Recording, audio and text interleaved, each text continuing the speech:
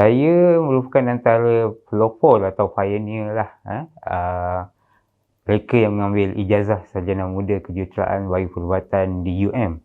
Pada masa itu ia bermula pada tahun 1997. Audio Jungle. Audio Jungle. Assalamualaikum semua. Nama saya Dr. Nahrizul Adib bin Kadri. Saya merupakan Profesor Madya di Jabatan Kejuruteraan Bayu Perubatan Universiti Malaya. Saya berasal daripada Pontian, Johor dan merupakan anak sulung daripada 7 orang adik-beradik. Saya merupakan antara pelopor atau pioneer lah, mereka yang mengambil ijazah sarjana muda kejuruteraan Bayu Perubatan di UM. Pada masa itu ia bermula pada tahun 1997 dan saya bersama rakan-rakan mengambil masa 4 tahun menamatkan pengajian kami pada tahun 2001. Jadi bila kami menamatkan pengajian pada masa itu, kami merupakan antara jurutera Bayu Perubatan yang pertama di Malaysia. Jadi saya nak kongsi kat sini perjalanan saya, kenapa saya memilih Bayu Perubatan dan seterusnya bertugas sebagai seorang jurutera dan juga pensyarah dalam bidang yang sama, kerana saya merasakan bidang ni mempunyai potensi yang sangat luas, di mana ia berkait dengan kesihatan. Pada masa yang sama, kita bukan seorang doktor, kita bukan doktor perubatan, tapi kita sama-sama berada dalam industri healthcare. Maksudnya kita sebagai seorang profesional, kita bantu pihak hospital, kita bantu pihak doktor untuk buat diagnosis yang betul. Saya bagi contoh yang mudah lah macam ni. Kalau adik-adik pergi ke hospital contohnya, tentu adik-adik pernah kena x-ray, katalah jatuh ke, accident ke, pernah dengar x-ray kan. Jadi doktor bila tengok x-ray, dia tahu apa masalah dengan adik-adik. Tapi tahukah adik-adik siapa yang buat x-ray contohnya, atau siapa yang maintain, repair dan betulkan x-ray? Tentulah seorang jurutera. Jadi sebelum adanya jawatan jurutera Bayu Perubatan ni, tugas-tugas untuk repair, betulkan, beli dan sebagainya dipegang oleh jurutera juga, tapi yang mempunyai asas mekanik, elektrikal dan sebagainya. Tapi sekarang bila dah ada jurutera Bayu Perubatan, mereka ni lah yang menguruskan alat-alat macam ni di hospital. Mungkin x-ray itu contoh yang mudah. Adik-adik mungkin pernah dengar alat macam MRI, alat-alat di dalam makmal contohnya. Banyak yang memerlukan khidmat seorang jurutera. Jadi jurutera Bayu Perubatan lah orang yang bertanggungjawab untuk kita maintain, repair dan sebagainya. Itu salah satu job scope atau ruang kerja sebagai seorang jurutera Bayu Perubatan lah. Sangat-sangat interesting pada saya, terutamanya dalam zaman kurun ke-21 ni. Sebab sebagaimana adik-adik tahu, kita sekarang bergerak ke arah dunia internet yang fantas, 5G, zaman-zaman AI dan sebagainya. Banyak alat-alat ini sebenarnya boleh ditambah baik. Walaupun kita dah ada X-ray lebih 100 tahun, tapi kita ada alat-alat yang lebih moden. Contohnya mungkin adik juga pernah dengar CT scan. CT scan ni sebenarnya adalah X-ray, tapi image dia kita gunakan komputer, kita gunakan algoritma komputer untuk buat gambar 3D, gambar 3D manusia. So kalau kita kena scan daripada atas sampai ke bawah, kita sebenarnya boleh buat bentuk badan kita melalui gambar X-ray itu tadi.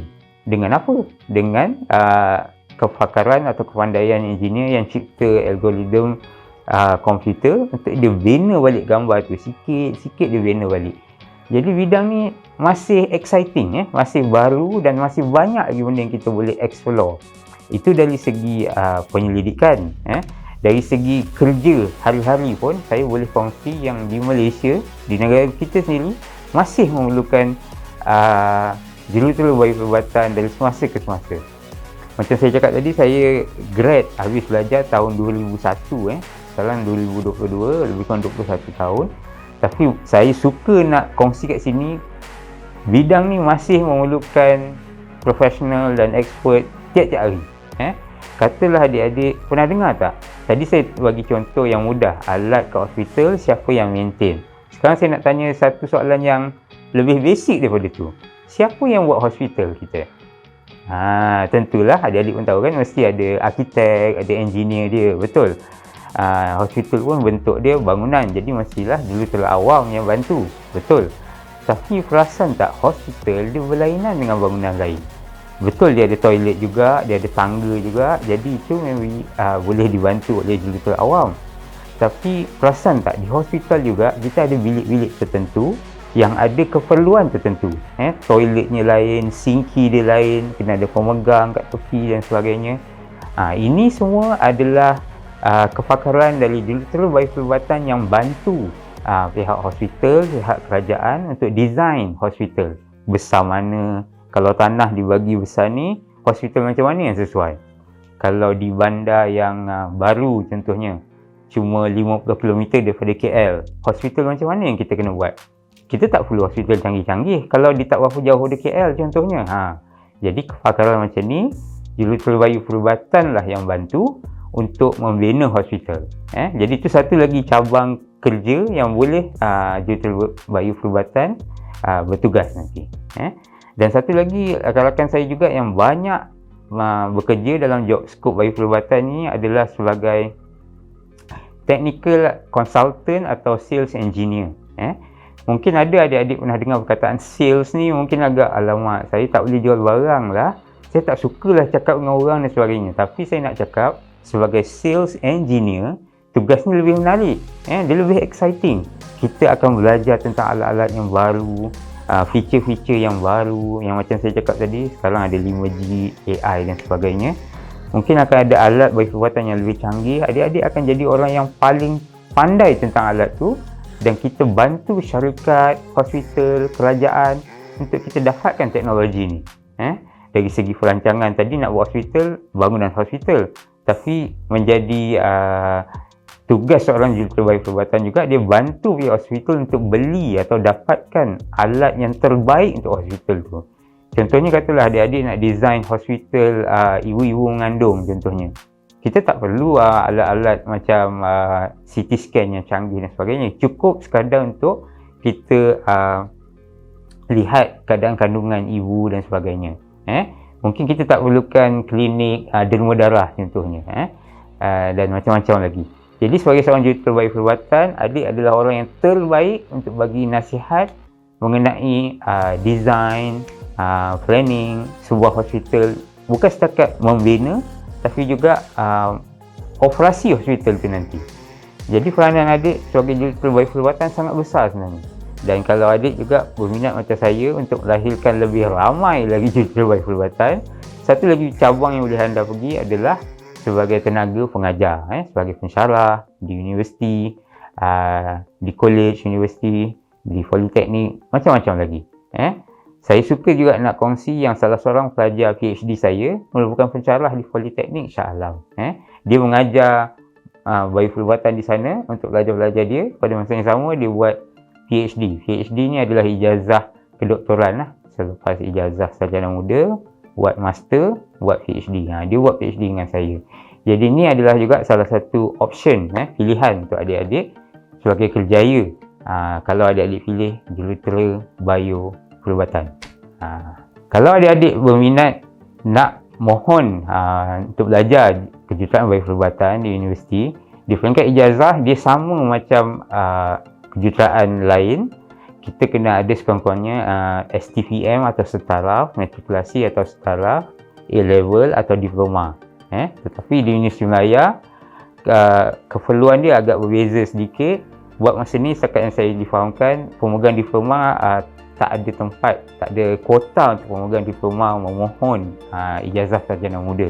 Tapi kalau adik-adik pemegang ijazah A-level, matrikulasi, pusat asasi, boleh mohon untuk ke Universiti Melaya untuk membuat kursus kejuruteraan bagi perubatan.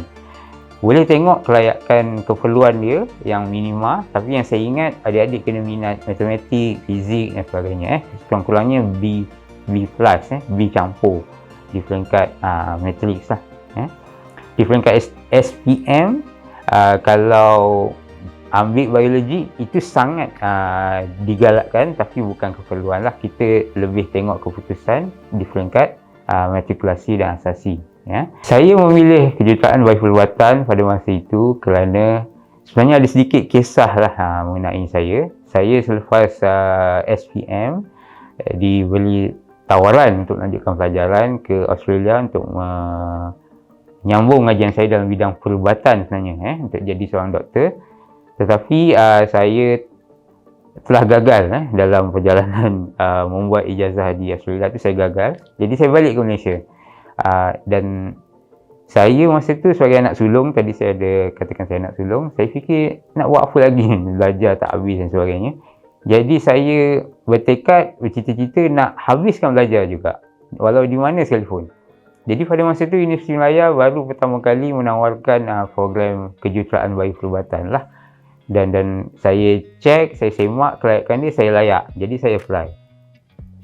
Dan kebetulan saya merupakan pelajar aliran sains, jadi untuk saya berpindah daripada perubatan ke kejuruteraan tu tidak berapa susah. Tapi kalau boleh saya tekankan kat sini, kalau adik-adik minat sains, minat matematik, minat maths, fizik, adik sebenarnya sangat sesuai untuk melanjutkan pelajaran di bidang kejuruteraan. Dan kalau tanya saya, yang paling terbaik adalah kejuruteraan bayu perubatan. Bukan sahaja kerana ia seolah-olah menjadi jambatan antara bidang perubatan dan kejuruteraan, tapi satu lagi yang saya suka mengenai bidang ni adalah dia sebenarnya menjadikan kita lebih berfikiran terbuka. Sebab dalam mana-mana universiti yang menawarkan kejuruteraan bayu perubatan ni, pensyarahnya selalunya ada orang mechanical, ada orang electrical, ada orang bahan, ada orang macam-macam. In fact, kalau you buat sekarang kejuruteraan bayu perubatan di UM, kita ada masalah pada farmasi, backgroundnya farmasi, backgroundnya bahan dan sebagainya. Mekatronik. Jadi bila kita bercampur dengan pensyarah yang berlainan latar belakang ni, kita sebagai pelajar akan jadi lebih berfikiran terbuka, terutamanya dari segi pembelajaran. Dan paling penting pada saya ialah berfikiran terbuka dari segi kita membentuk cita-cita pada masa akan datang. Sebab kerjaya jurutera ni tidak terhad kepada benda-benda yang hands on, benda-benda yang macam mungkin ada di kalangan adik-adik rasa kerja jurutera ni sebagai orang yang membetulkan sesuatu, betulkan mesin, angkat barang dan sebagainya. Sebagai seorang jurutera yang mempunyai ijazah, anda sebenarnya lebih ke arah position management, yang mengurus jurutera dan orang-orang teknikal supaya syarikat tu mampu menjadi berdaya saing di dalam bidang yang dipilih tu. So kalau adik-adik ada sedikit minat matematik, tadi saya cakap matematik, fizik, sains dan sebagainya, maths, satu lagi maths penting, dan bercita-cita untuk jadi seorang profesional, ambillah kursus kejuruteraan. Dan kalau tanya saya sangat galakkan ambil kejuruteraan bayu perubatan. Terima kasih. Audio Jungle.